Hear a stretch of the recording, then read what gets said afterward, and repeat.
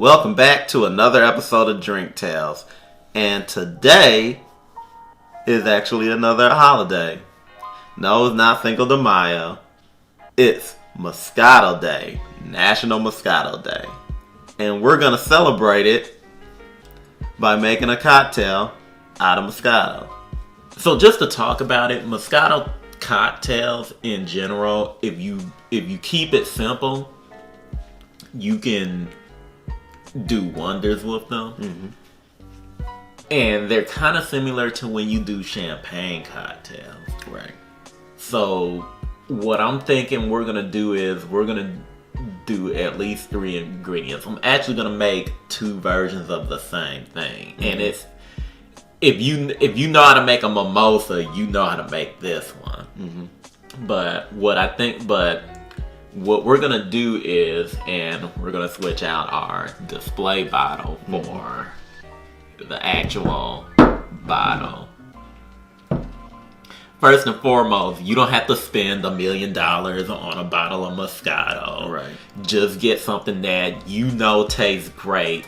If you can't drink this straight, then you probably shouldn't be mixing it. Right. But Moscato is a very popular white wine. Mm-hmm. Very popular because it's not as it's more sweet forward than a lot of wines. Mm-hmm. When you mix this with something, it will blend in.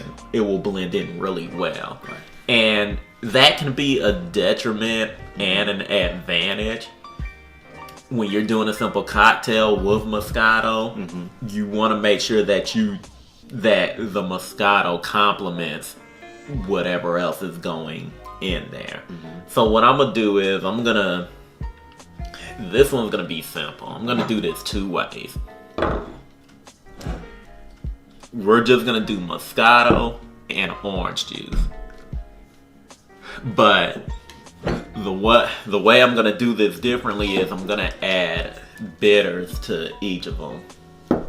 I'm gonna do one, which is the regular bitters, that aromatic bitters, and this other one is gonna be orange bitters, and I'm gonna try those out, and you tell me what you think. Okay.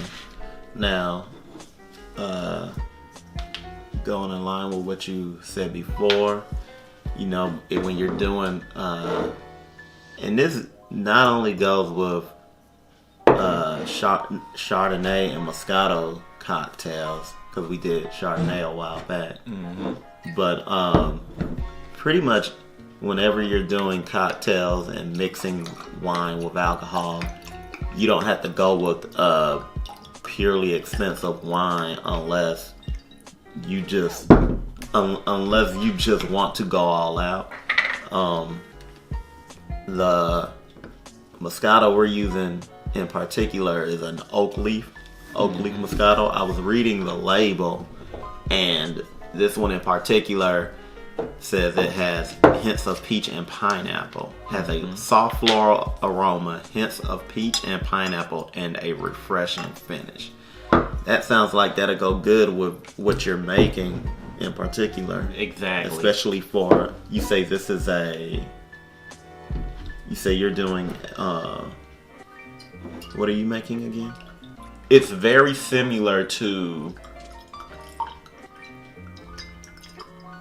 champagne cocktails. Mm-hmm. Or what I meant to say is it's very similar to a mimosa. Right. Which, you know, if you know anything about your drinks, is just at its base orange juice and the wine, or the sparkling wine, as it were. Mm-hmm. You know, something else we gotta throw out there, Mother's Day is tomorrow, so any of you guys that want to do something simple and quick, but also, you know, something that tastes really good, this is the way you want to go. Right. Like, you don't have to break the bank to do a Mother's Day cocktail, as it were. Right. But you're going to try these, and you're going to tell me which one works. That one has the orange bitters. This one has the orange bitters. Mm-hmm. Okay. So let me do the regular one first. This one just has the aromatic bitters. Mm-hmm. All right, I'll try this one first.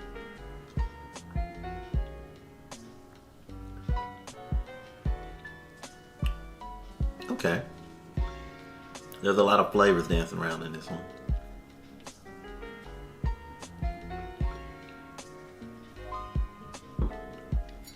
And that's the orange one. This one is the orange one. Mm-hmm.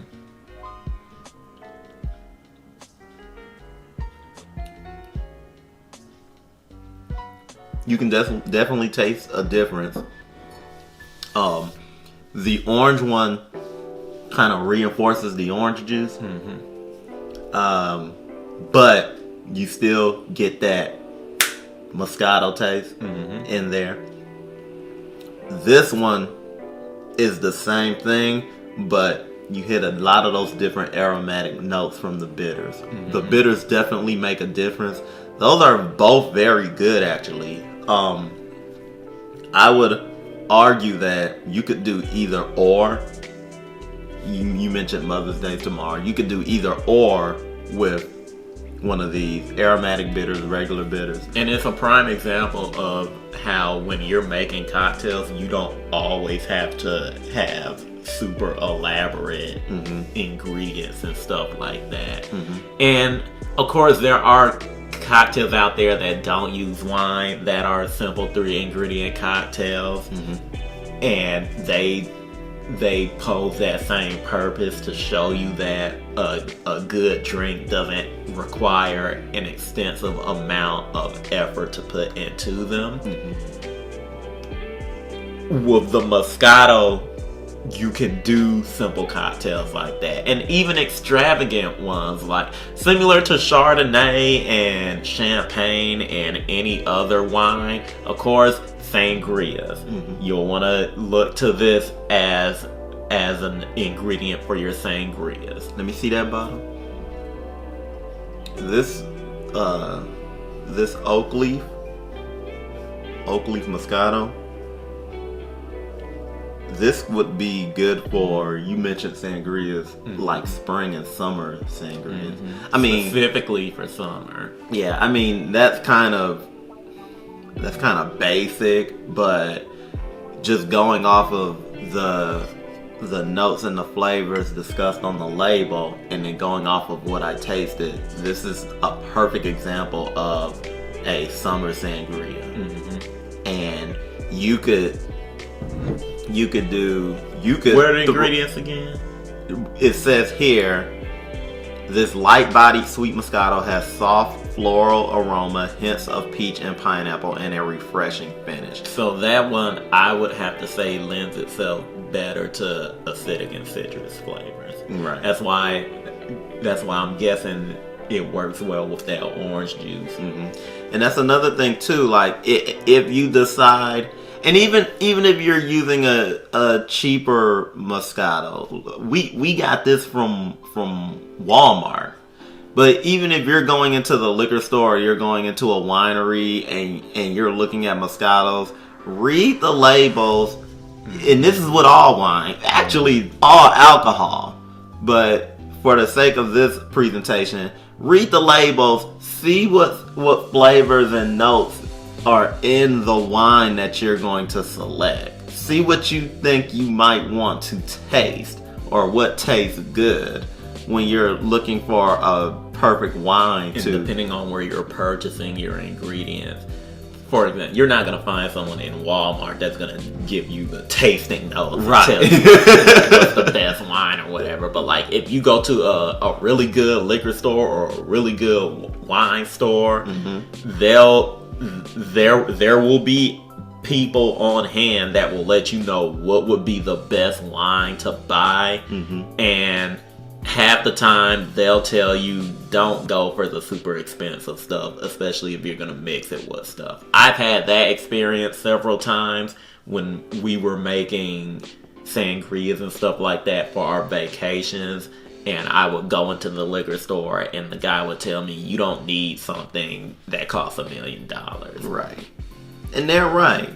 And like the more expensive wines, the cheaper wines serve a purpose, and this is their purpose. And they taste just as well. They just don't cost as much money, and you can use them for a variety of different ways. So there you go, people. Your Mother's Day gift, or rather a piece of your Mother's Day gift on a budget. Throw some really good breakfast and a very excellent dinner on top of that, and your mother will not want for anything else. Now, you didn't garnish it, but what would you garnish each of these with for someone who's gonna make this tomorrow? You know what? This is gonna sound weird. A sprig of mint. A sprig of mint for each of them? Okay. And not necessarily to add to the flavor, but more for a visual aesthetic. Okay. Sounds good to me. You could also do a orange peel, but this would probably be a little super elaborate. One of those orange peels that that curl up. Yeah, a curly orange peel. If you can pull it off, and if you want it to be visually aesthetic, I say go for it.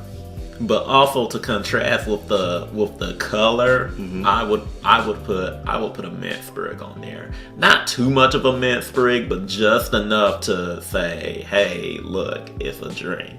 Right. All right. Well, that'll do it for another episode of Drink Tales. Happy Moscato Day and Happy Mother's Day. And be sure to come back next time. Like and subscribe. Hit that bell so that you can get the latest updates on episodes that we have coming out. Check us out on Instagram, of course. Check us out on Twitter. And until next time, everybody. Peace.